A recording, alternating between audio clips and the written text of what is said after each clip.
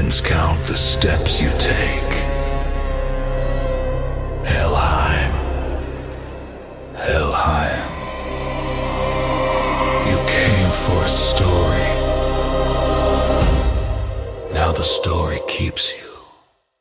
Tales from heaven. Enter. And don't look back. Let's get into it. So for some context, I am a teenage male with long dark hair, and this happened maybe an hour ago when I was home alone. I saw all these videos on YouTube about Omegle horror stories and pranks. Now, I'm not particularly brave or anything, but I will do something if I'm bored. After thinking for a while, I built up the courage to go on Omegle. I wanted to be funny so I wouldn't respond to anything they said. I then came across this guy that kept saying for me to talk or else. And being a teenager, I wanted to get him mad, so I asked what he would do in the chat. All he said was, "You should talk more," and then left. I felt pretty proud of me being a jerk, but slightly disturbed, so I turned Omegle off and went to my tutoring class. After a few minutes of Khan Academy with my tutor, I heard my dogs barking, and they wouldn't stop, even when I took them into another room. I figured maybe somebody made a loud noise or had a dog whistle. Boy, was I wrong. After calming my dogs down and getting back to tutoring, I heard the noise this time. Somebody had knocked on my back door. My back door is gated off with a 4-foot fence and a lock. The only way somebody could get in is if they had a key or jumped over it. After looking outside for about 10 minutes, I called my stepdad and told him everything. He told me that when he gets home, he'll look around. I accepted that because he is a doctor and has a lot of work. Half an hour passes, my dogs are outside, and I hear a thump outside my door. I looked around and there was a big rock with blue paint on it. After that, I heard my dogs barking at our driveway. I have never been this scared in my life. I just feel lucky to have 3 dogs in my house at all times. No, I'm not the kind to show emotion or get scared easily, but that freaked me out. I'm shaking and on the verge of calling the police. And as I was writing this, I remembered that guy on Omegle. Now I'm scared for my life and family, which you should be. That's why you never test or mess with people that you don't know, because you never know what anyone is capable of these days. Just make sure you guys are careful out there. I also apologize for the length of this story, but next week we will definitely have a bigger one. Who knows, maybe if I have time, I'll sprinkle in another mini story until then. Let's get into it. These are memories I wish I could bury and never remember them. The year is 2007, Quinlan, Texas. I'm living with my aunt and uncle and their 3 daughters. It is a very normal weekend for us. Drove to Terrell to pick up some supplies at the Home Depot. The youngest is asleep. My aunt tells me to stay in the truck so that the baby remains sleeping. They all get out. My uncle leaves his phone behind. It's his work phone, so he hardly ever carries it with him. So I'm just sitting there fighting the urge to fall asleep as well. You guessed it, I dropped. Then my uncle's phone begins to ring. The call is from someone unknown. I answered because it could have been a coworker of his. Hello? I hear only heavy breathing and some horrifying noises in the background. Hello, who is this? I ask. A very deep voice answers. Do you know who you are speaking to? No, I don't. That's why I asked. There's a pause before I ask. Are you looking for my uncle? Another slight pause. Meanwhile, I start to hear screams in the background. These weren't your typical screams of fright. They were blood-curdling. Chills ran down my entire body. The voice finally answered. No, I'm looking for you. I shrugged it off, but was a little frightened. Look, whoever you are, don't call back. I hung up the phone. Within seconds, it's ringing again. I just stare at the phone with an unknown caller ID. It won't stop. Finally, I work up the courage to answer. Look, stop calling or I get cut off by the voice. You really don't know who you are talking to. I'm the devil. My entire body went cold and I immediately hung up. The phone rang again. Look, whoever you are, stop calling or I'll call the police. Another pause. The screams are now amplified. You don't believe me, do you? The voice said. I'll prove it to you. I will show up in the shape of a black dog. The call dropped. Now I'm panicking, watching the exit doors of the Home Depot, hoping that my aunt and uncle come out. Luckily, they did. I was relieved. As we pulled away from the Home Depot, I looked towards the street and see a black dog walking in the direction of the Home Depot. It stopped dead in its tracks as we drove past, watching us until I no longer saw it. That entire week was filled with horrific events, but the one that really shook me to the core was the night I heard these yells outside of my bedroom window. My aunt and uncle lived on a farm, so they had sheep and goats.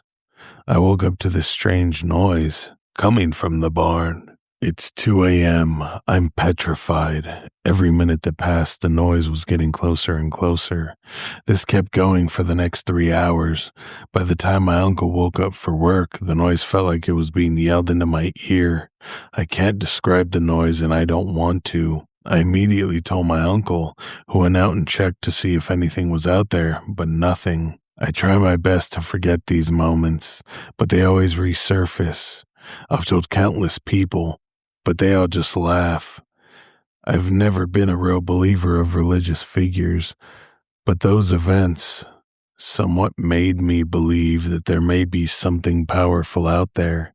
I can definitely share more moments with y'all, even though I'll probably freak myself out again. Heck, even typing this up brought back that horrible chill.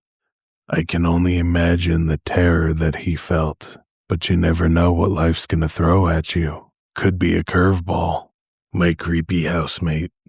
There's nothing like home, right? Well, depends. Depends who you share your accommodation with. Sometimes we complain about housemates that don't wash their dishes or leave a mess in the communal space. My case was a bit different. I lived with someone a bit more extreme than a lazy person. His name is James. At the time, he was 32 years old, a fatty, bald guy that used to smell of pepperoni pizza. He's been eating pepperoni pizza for 3 months, the cheap frozen quality in packs of 3. Sometimes he would eat the 3 pizzas one after another and never brush his teeth. In fact, you could smell his breath from across the living room. He was a brilliant jazz pianist, and it was really cool to jam with him. I play guitar. The fun part was only in playing the music. Nothing else, as his head was often up above in the clouds. There was a time where here, in England, magic mushrooms were legal, and in places like Camden Town, London, you would have been able to buy them almost everywhere. Even if they say the magic mushrooms are safe, any drug abuse leads to some sort of dementia at the end. Our house was a bit away from the transports and shops, so that most of the people who rented a room didn't stay for too long, just for the time being until they would have found a better place. Also, the house was a bit old and smelly. However, this wasn't the only problem. The problem was James. He was annoying. He would constantly ask to borrow money from the tenants and leave a mess everywhere around the house. I learned how to deal with him. Like, if he would ask for money, I'd say, "Later, I'm going to the shop. I'll pop at the cash machine and get something." Then I would pretend to forget and find similar excuses just to avoid saying no. The rent was very cheap and I would cycle everywhere I needed to go, so the location of the house wasn't a problem for me. Things started to take the wrong turn when a couple of girls moved into the house. He would walk around the house naked, just covered with a towel, and accidentally drop it whenever he would meet them, and he would just smile. The first time it happened, I laughed it off. Seeing the face of a girl totally embarrassed in front of this round, pink, bald, sweaty, hairless guy was too funny not to laugh at. But by the third time it happened, I started to feel very creeped out. It had happened a few times when I was home in the kitchen talking to the girl housemates. He would just walk in, drop his towel, smile, try to make conversation, but we would just leave the room feeling uncomfortable of what we just witnessed. It probably happened lots of times. I only saw it happening 3 or 4 times. It's not all. When the girls would literally run away when they saw him, he would chase them up the stairs and confess his love for them, which it would creep them out even more. I can't imagine how disgusting it must have been for these girls tormented in this way. I'm not exactly too sure when I reckoned it was time for me to move out, but in one occasion, while talking to my next door neighbor, a very nice elderly lady, she told me she saw him once dancing in the garden or doing some sort of ritual. He was completely naked, all covered in engine oil, wearing a pair of knickers on his head, and singing some made-up Arabic song. I tried to reassure her. Maybe he was doing a video, as he used to play a lot with an old Super 8 camera, but of course, I knew he wasn't doing any video. He probably was completely out of his trolley trying to scare the neighbors with his weirdness. That was something I couldn't excuse or even laugh about, and alarm bells started ringing in my head. He wasn't just a pervert, he was fucking crazy. He had a cat, and the cat used to bring little bunnies inside the house. Of course, the bunnies would have been badly hurt. That's what cats do. They don't kill or eat them, they just play with these little creatures. I know a vet that used to rescue bunnies for free.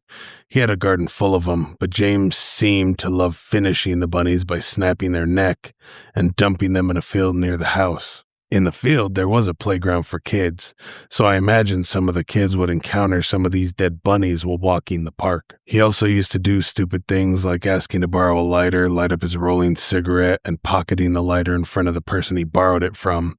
He was a complete embarrassment to have around and a nightmare to live with. There are so many stories to tell. They all happened in the course of 10 months that I lost the chronology of the event. Like the day I came back from Glastonbury Festival to find him naked sleeping in my bed. I remember shouting to him to leave my room, but he wouldn't.